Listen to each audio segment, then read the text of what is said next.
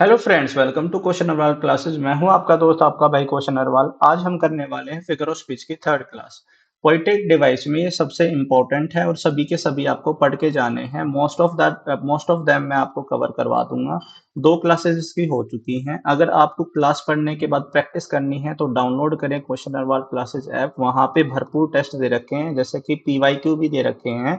इसके अंदर 50 क्वेश्चंस हैं जो आज तक के किसी भी एग्जाम में, टीजीटी हो या पीजीटी हो, फिगर ऑफ स्पीच आया है तो वो हर एक क्वेश्चन मैंने इसमें टेस्ट सीरीज में डाल रखा है।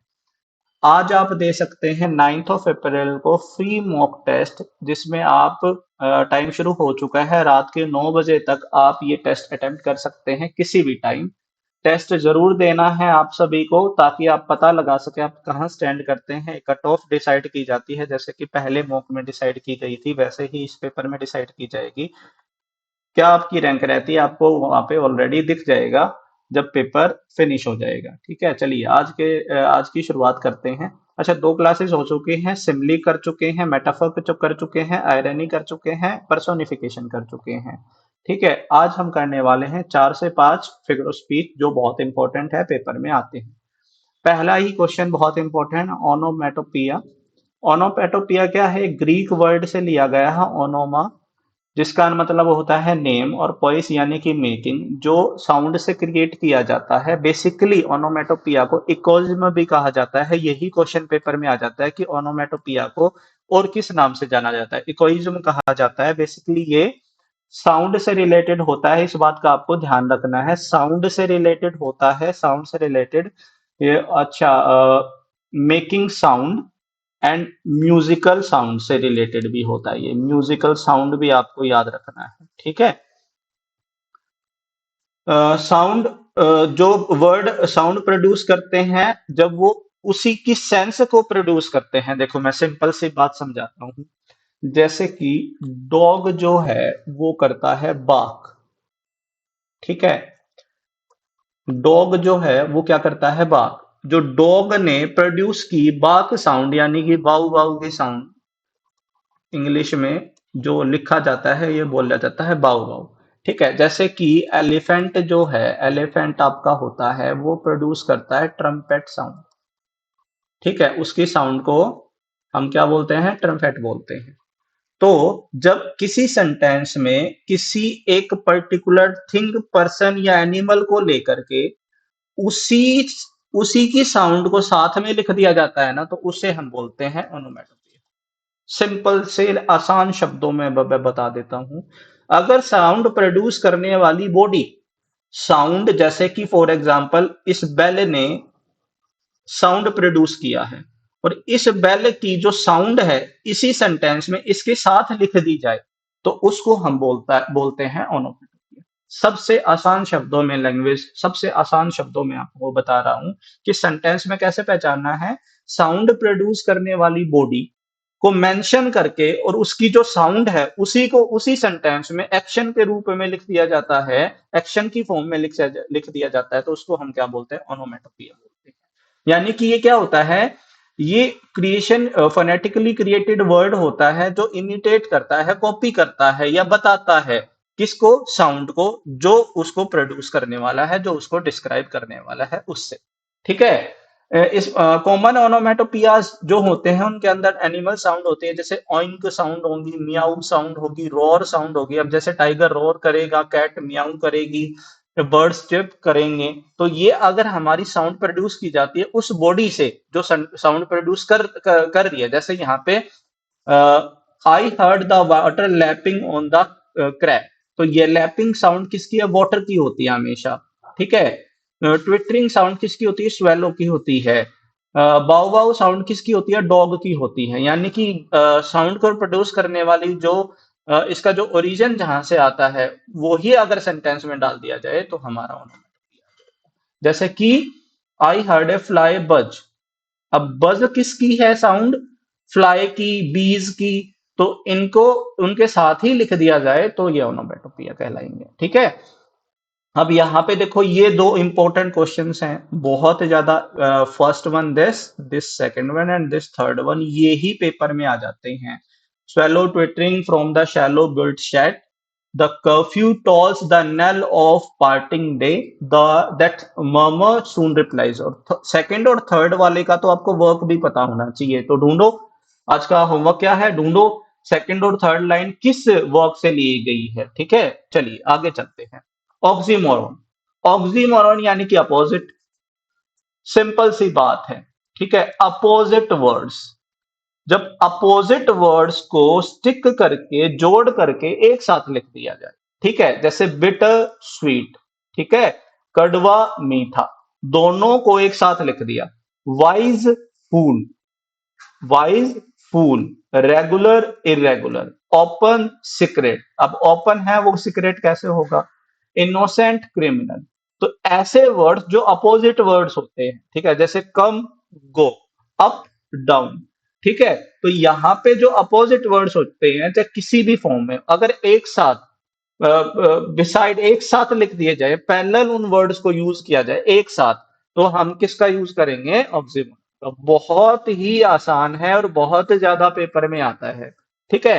यानी कि पॉइंटेडली फुलिश, पॉइंटेडली फुलिश का मतलब क्या है, हमें उसका मतलब तर्क नहीं है। जैसे हैविंग नथिंग, ही हैथ ऑल, यहां पे हैविंग नथिंग यानी कि उसके पास कुछ भी नहीं है लेकिन है, तो इसका कोई मतलब नहीं निकलता, यानी कि इसका ऑक्सीमोरन का यूज होता है, यानी कि टू अपोजिट एलिमेंट्स को हम इकट्ठे यूज करते हैं, ठीक है। अब इसी जैसा होता है एंटीथेसिस।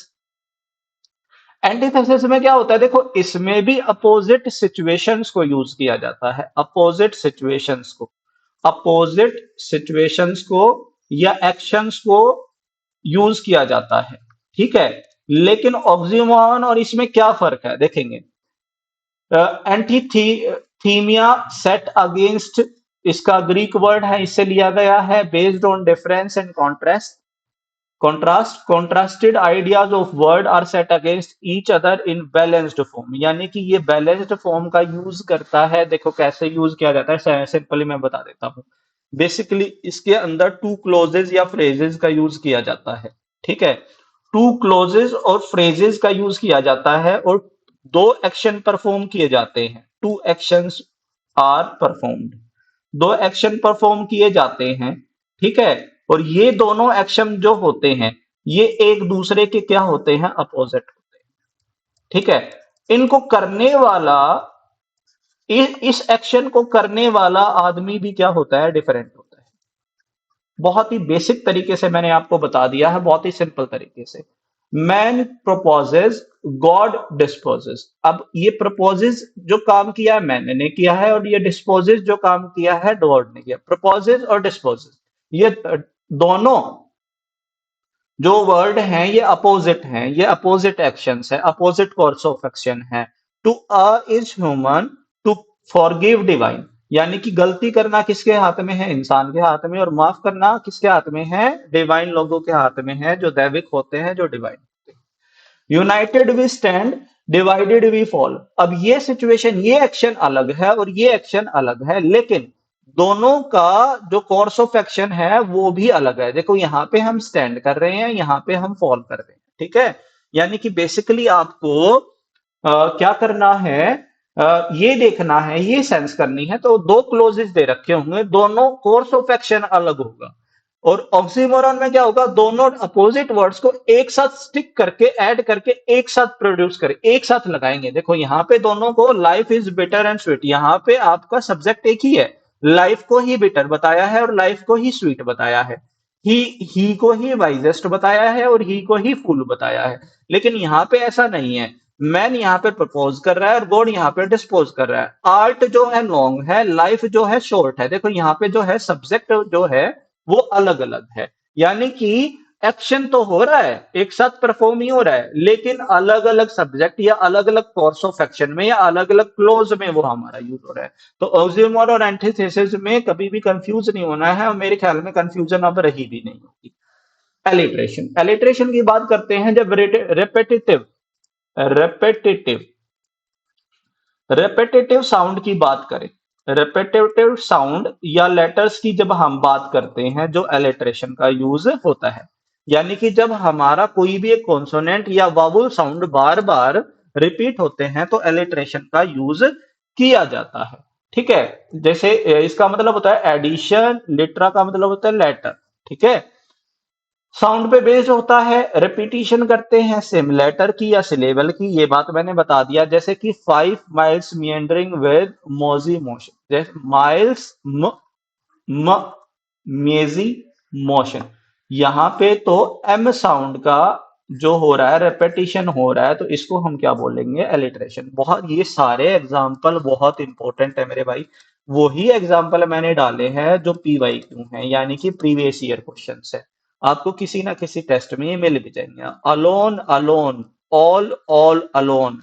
अब किसकी अ साउंड की जो है रिपीटिशन देखो हो रही है, alone on the wide wide sea. अब जहां पे डब्लू डब्लू की रिपीटिशन हो रही है, तो पहले सेंटेंस में साउंड की जो रिपीटिशन हो रही है वो एलिट्रेशन कर रहा है, और दूसरे सेंटेंस में, इसी स्टेंजा में, इसी कपलेट में वाइड वाइड डब्लू डब्लू, यानी कि वो की जो साउंड हो रही है उसकी रेपिटेशन हो रही है, तो क्या कहलाएगा, एलिट्रेशन। जैसे कि birds of a feather flock together, feather flock, दो वर्ड में भी हो जाए ना, चाहे बीच में हो, चाहे शुरुआत में हो, चाहे एंडिंग में हो, कोई फर्क नहीं पड़ता। अगर दो में भी रेपिटेशन होगी ना तो एलिट्रेशन हो जाएगा, अगर कुछ नहीं दे रखा तो।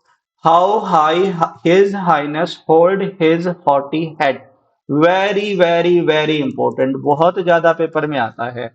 How high his highness holds his haughty head, यहाँ पे एच साउंड की, यानी कि ह साउंड की जो है रेपिटेशन हो रही है। Lord learning lumbering his head, ठीक है। तो लॉर्ड लर्निंग लंबरिंग, इसमें एलिट्रेशन है। ठीक है। आखिरी वाले में आप बताएंगे। चलिए, अब एलिट्रेशन के दो पार्ट होते हैं, कॉन्सोनेंस और असोनेंस। कॉन्सोनेंस यानी कॉन्सोनेंट साउंड, कॉन्सोनेंट साउंड। असोनेंस यानी कि वावुल साउंड। सिंपल सा डिफरेंस क्या है, कॉन्सोनेंट साउंड एंड वावुल साउंड। यहां पे जैसे कि live love, lean alone, Bitter, fatter, here, whore, फारर, fearer, ride, reader। तो यहाँ पे कॉन्सोनेंट साउंड का जब हम रेपिटेशन करते हैं, तो हम किसका यूज करते हैं, कॉन्सोनेंट्स का यूज करते हैं। अगर स्पेशली एलिट्रेशन ऑप्शन में ना हो और इनमें से ऑप्शन में दे रखा है, तो हमें ये पढ़ना है।